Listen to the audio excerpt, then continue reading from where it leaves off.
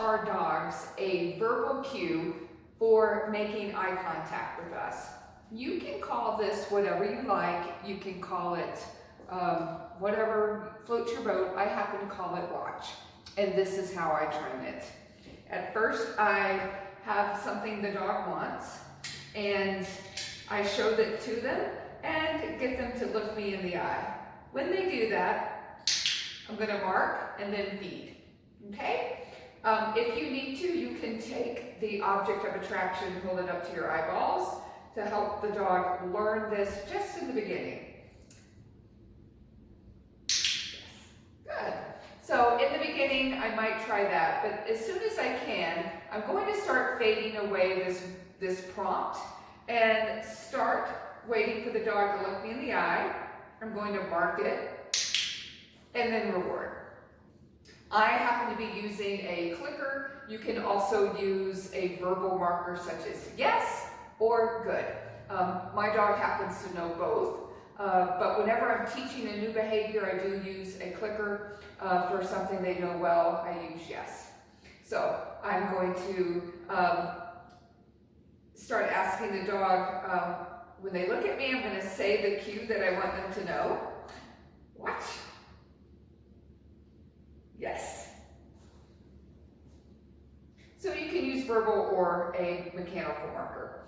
Ideally, what we want to do is for the dog to learn on a verbal cue, when you say that word, that they look you in the eye. Watch.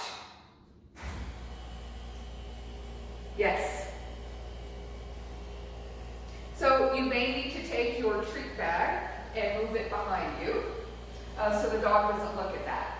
I want the dog to be able to have a clear picture and know what watch means, and it means to look you in the eye, not to look at your hands. So start putting your hands behind your back and say the word, watch.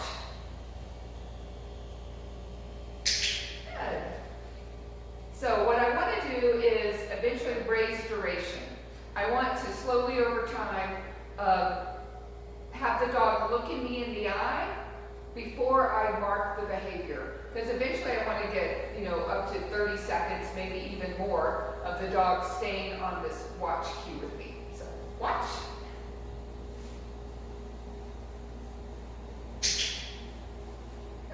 Really good.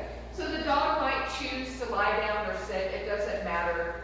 The only thing that we are particular about with this is that the dog is looking us in the eye.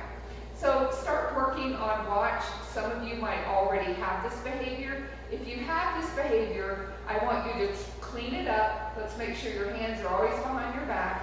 And I want you to work on adding duration to the behavior and getting your dog to do it under distraction, like maybe when they're outside or you're taking them for a walk, so that they can start to generalize the watch behavior.